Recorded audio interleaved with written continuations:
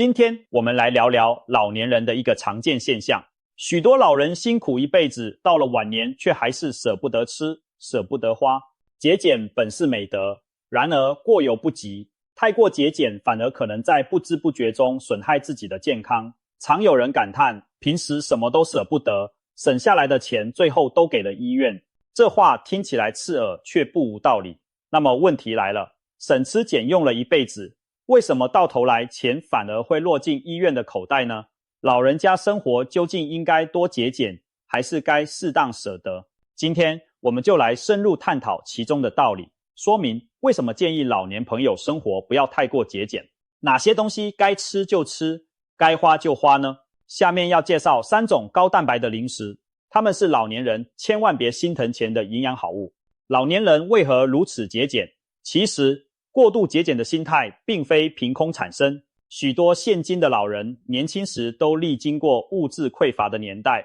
大饥荒、战乱、经济困难，那些特殊岁月在他们心中刻下了深深的烙印。正因如此，他们往往养成了一种习惯，就是东西能攒就攒，能不丢就不丢，能省1分钱就绝不多花半分。从心理学角度看，这种行为被称为囤积心理。经历过贫苦日子的人，喜欢把钱和物资都紧紧抓在手里，只有看到存款越来越多，才有安全感。此外，老年人不舍得花钱，也和他们强烈的储蓄意识有关。普遍来说，老人比年轻人更爱存钱，总担心将来有什么意外开销，所以他们想得很长远。年纪大了，容易生病，得提前攒够医药费，万一不能自理了，请保姆或住养老院，每月都要花不少钱，也得预先准备。还有不少老人节省下来的钱是想留给子女，宁可自己过清苦日子，也要多存点积蓄给儿女添补家用。有了这些顾虑，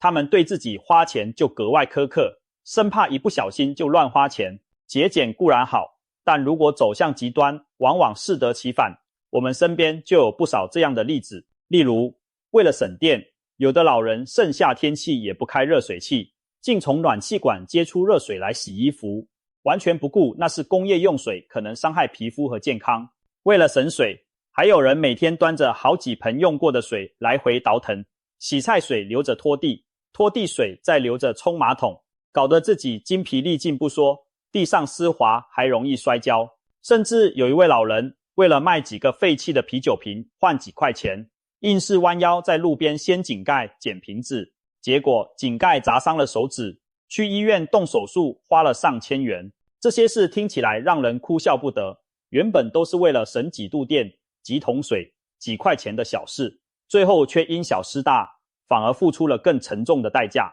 还有更让人惋惜的真事，一位80多岁的老母亲腿脚不便，儿子想花点钱在浴室装个安全扶手，免得他滑倒，但老人家嫌几千块太浪费，死活不肯装。结果没多久，这位老太太果然在浴室滑倒，摔断了骨头，不但遭了大罪，医疗费和护工费花了好几万，生活品质也大不如前。事后老人家后悔莫及，儿子也无奈又心疼。还有一桩发生在邻国日本的憾事，一名70多岁的老先生家里有数百万的积蓄，却舍不得夏天开冷气，觉得吹空调太浪费电，结果在一个酷热的夏日，他硬生生被热到中暑昏迷，最后没能醒过来。儿子整理遗物时发现那惊人的存款，不禁悲从中来。父亲一辈子省吃俭用，攒下这么多钱，却舍不得用，连命都赔上了，这钱再多又有什么意义？从以上种种案例可以看出，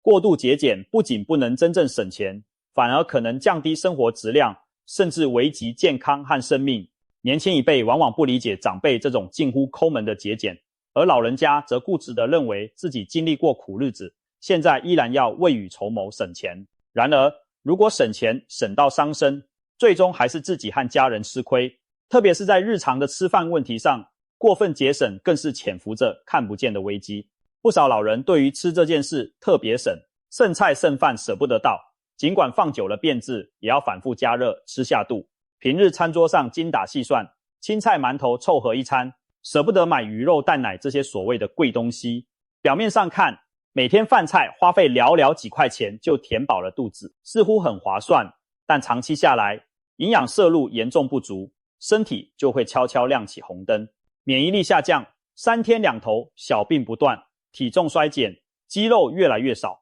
人也越来越没劲，皮肤干瘪没有光泽，整个人气色差，精神也萎靡不振。这样下去，省下的钱迟早都得送进医院。说到底，这种吃饭上的过度节俭，真是典型的捡了芝麻丢了西瓜。尤其蛋白质是老年人最容易缺乏又至关重要的营养素。随着年龄增长，身体肌肉每年都在流失，免疫系统功能也在走下坡路。如果蛋白质跟不上，衰老就会大大加速。研究显示，老年人每天每公斤体重至少需要约1克以上的蛋白质。例如，一位体重60公斤的老人，每天应摄入60克左右蛋白质才能维持机能。然而现实中，许多老年人的蛋白质摄入远远达不到这个标准。有的老人一日3餐肉蛋奶几乎不沾，全日加起来蛋白质可能不足30克，连基本需求的一半都不到。长此以往，肌肉大量流失，就容易出现一种名为肌少症的问题。所谓肌少症，就是指肌肉衰减引起身体虚弱、行动迟缓、平衡能力下降的一种综合状态。它是导致老人跌倒骨折、失去自理能力的一大元凶，也和免疫力低下、慢性病风险增加等密切相关。就拿邻居刘阿姨的例子来说吧，她60出头，原本每天早晨都在社区里快走锻炼，可最近一段时间，我们很少再看到她的身影。后来才知道，刘阿姨近来总是觉得浑身无力，上楼都没劲头，人一下子虚弱了很多。她起初以为自己缺钙，自己买了钙片天天吃，但情况并没有好转。最后去医院一检查，医生诊断她是患上了肌少症，根本原因在于蛋白质摄入长期不足。得知病因后，刘阿姨开始有意识地补充营养，除了3餐注意多吃高蛋白食物，还服用了一些营养补充剂。坚持一段时间后，她的身体状况明显改善，慢慢又恢复了每日散步的习惯。这个真实的经历告诉我们，上了年纪更要注意摄入充足的蛋白质，只有营养跟上了，身体才有本钱对抗疾病，维持日常生活的活力。蛋白质的好处实在太多了，它是组成人体免疫细胞和各种组织的基础原料。足够的蛋白质能提高免疫细胞活性，增强身体对抗疾病的能力。蛋白质还能帮助维持肌肉含量，预防肌肉萎缩，让人保持力量，不至于年纪一大就走不动路。甚至连皮肤、头发这些面子问题也离不开蛋白质的滋养。很多人到了老年，皮肤松弛起皱，头发脱落干枯。与其花大笔钱去做美容拉皮，不如从饮食上下功夫，多摄取优质蛋白质，从内而外地延缓衰老。可惜许多老年人由于食欲下降或者舍不得吃，往往蛋白质摄入严重不足，导致机体老化加速。这真是花小钱省大钱的道理，与其省那点吃饭钱，最后花更多钱治病，不如日常就多吃一点蛋白质，把身体养好。那么老年人该如何确保摄入足够的蛋白质呢？关键就是要改善饮食结构，该吃的营养一定要摄取。对于食量小的老人，可以尝试把蛋白质食物分配到一天中的每一餐，少量多餐，同时在2餐之间加一些有营养的零食，也是不错的办法。与其饿了啃饼干、馒头这类只有淀粉的零嘴，不如选择富含蛋白质的小食来垫垫肚子。下面我们就来看看3种特别值得推荐的高蛋白零食，它们物美价廉，营养丰富，老年朋友们该吃就吃，千万别再舍不得了。举个例子，一位老年朋友可以这样安排一天的饮食：早餐喝1杯牛奶，配1颗水煮蛋，补充优质蛋白，开启活力。中餐正常吃饱的同时，记得多夹几块瘦肉或豆腐。下午感到肚子饿时，就吃几片提前煮好的鸡胸肉，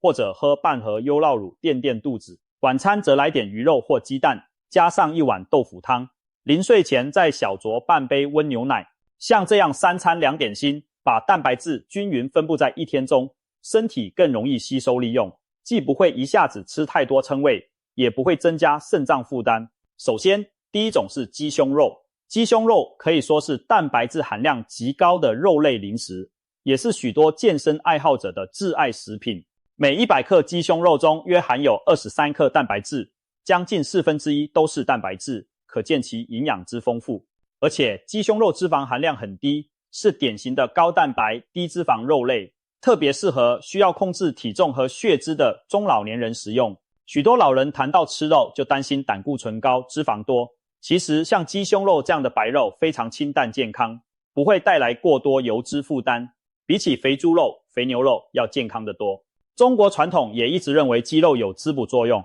过去人生病或体虚时，家里总炖老母鸡汤给它补身，可见鸡肉对虚弱体质非常有益。鸡胸肉虽然不像鸡腿那么肥嫩多汁，但它是整只鸡蛋白质最集中的部位，营养价值是最高的。更重要的是，鸡胸肉价格亲民，是非常经济实惠的蛋白质来源，相比牛羊肉乃至猪肉，鸡肉往往更便宜易得。也许一些老人觉得鸡胸肉口感才不好吃，那可能是烹调方式没掌握好。其实只要掌握技巧，鸡胸肉也能变得鲜嫩可口。比如可以把鸡胸肉用慢火清炖，炖得软烂入味，老人牙口不好的也能轻松咀嚼。或者将鸡胸肉蒸熟后撕成细丝，加点酱汁凉拌，变成一道开胃小菜。甚至现在市面上有许多即食鸡胸肉产品，小袋包装打开就能吃，口味多样，作为零食再合适不过了。无论哪种吃法，鸡胸肉的营养价值都不会改变。可以说，一块几块钱的鸡胸肉所含的蛋白质，可能抵得上价值昂贵的保健品。老人家千万别心疼买肉的钱，适当的吃些鸡胸肉，既补身体又不会伤荷包，何乐而不为呢？第二种推荐的高蛋白零食是牛奶。也许有人会疑惑，牛奶算零食吗？其实牛奶可以作为2餐之间的营养加餐，它富含优质蛋白质和多种微量营养，是非常适合老年人的饮品。虽然牛奶本身的蛋白质浓度不像肉类那么高，大约每100毫升含有3克左右蛋白质，但胜在消化吸收率高，几乎不产生代谢负担。牛奶中的乳清蛋白和酪蛋白都是人体容易利用的优质蛋白。有研究指出，老年人每天喝适量牛奶，有助于维持肌肉含量，提高免疫力。牛奶的另一大优势是含有丰富的钙质，人上了年纪，骨骼容易疏松脆弱，而牛奶里的钙质有助于强健骨骼。如果同时摄取适量维生素 D， 更能预防骨质疏松和骨折。可以说，喝牛奶一举两得，既补充蛋白又补钙，对老年人意义重大。过去物资匮乏时，牛奶是稀罕物，很多老一辈小时候根本喝不上奶。而如今生活水平提高了，新鲜牛奶早已走进千家万户，老人家完全可以也应该享受这份营养。不少长寿老人都有每天喝牛奶或优酪乳的习惯，将其作为养生之道。当然，有些老人可能担心自己喝牛奶会拉肚子，这多半是乳糖不耐受引起的。遇到这种情况，可以尝试选择市面上脱乳糖牛奶，或改喝优酪乳、酸奶等发酵奶制品，它们更容易消化吸收。另外，豆浆、豆奶等大豆蛋白饮品也是不错的替代选择。我身边就有位70岁的张伯伯，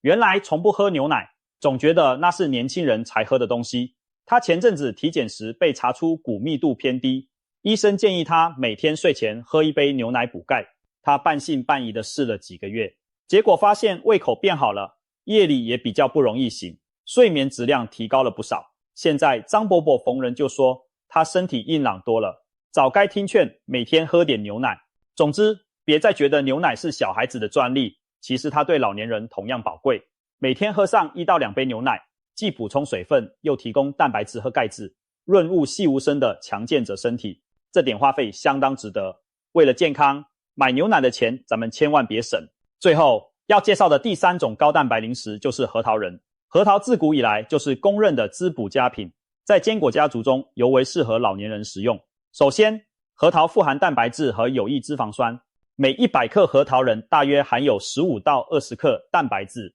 虽然比不上肉类，但也不可小觑。更难得的是，核桃还提供了丰富的 Omega-3 不饱和脂肪酸，有助于降低坏胆固醇，保护心血管健康。核桃中还含有维生素 E、维生素 B 族以及镁、锌等矿物质，这些营养物质对于抗氧化、防止细胞老化、维持神经健康都有帮助。中医养生学认为，核桃有补脑益智、温肺补肾的功效。民间也流传所谓以形补形的说法，因为核桃长得像人的大脑，所以吃核桃被认为对大脑有好处。现代科学研究也支持了这一点，经常吃坚果的人群中，老年痴呆的发生率相对更低。这与核桃等坚果富含的 Omega-3 脂肪酸和抗氧化物质有关。也就是说，适量吃核桃确实可能有助于维持大脑功能，减缓记忆力衰退。民间还有不少长寿老人的案例与核桃有关，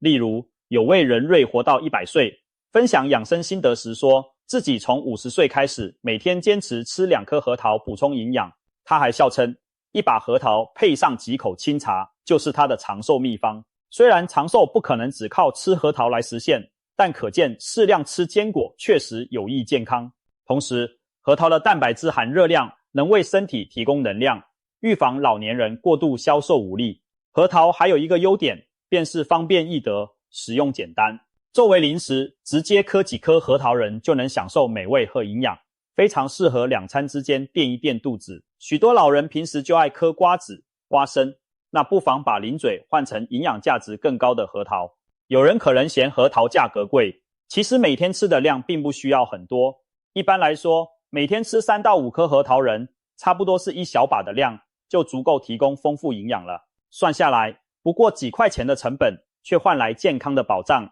绝对值得。如果觉得整颗核桃咬不动，还可以把核桃仁碾碎，拌入牛奶、燕麦粥等食物中一起食用，既好吸收又别有风味。当然，杏仁、腰果、开心果等其他坚果也各有丰富营养，可以和核桃搭配着吃，既增加口感又丰富营养。不过要注意，坚果热量较高，每天摄取不宜过量，大约1小把的量即可。综上所述，鸡胸肉、牛奶、核桃仁这3种高蛋白零食都是非常适合老年人的营养食品，它们蛋白质含量高，营养丰富，而且价格也在可承受范围之内，可以说是物有所值。顺带一提，除了上面介绍的3样零食之外，日常饮食中许多常见食材也富含蛋白质，比如鸡蛋、瘦猪肉、鱼虾、黄豆和豆制品等。老人家应该均衡摄取各种蛋白质来源，不偏食挑食，才能确保营养全面。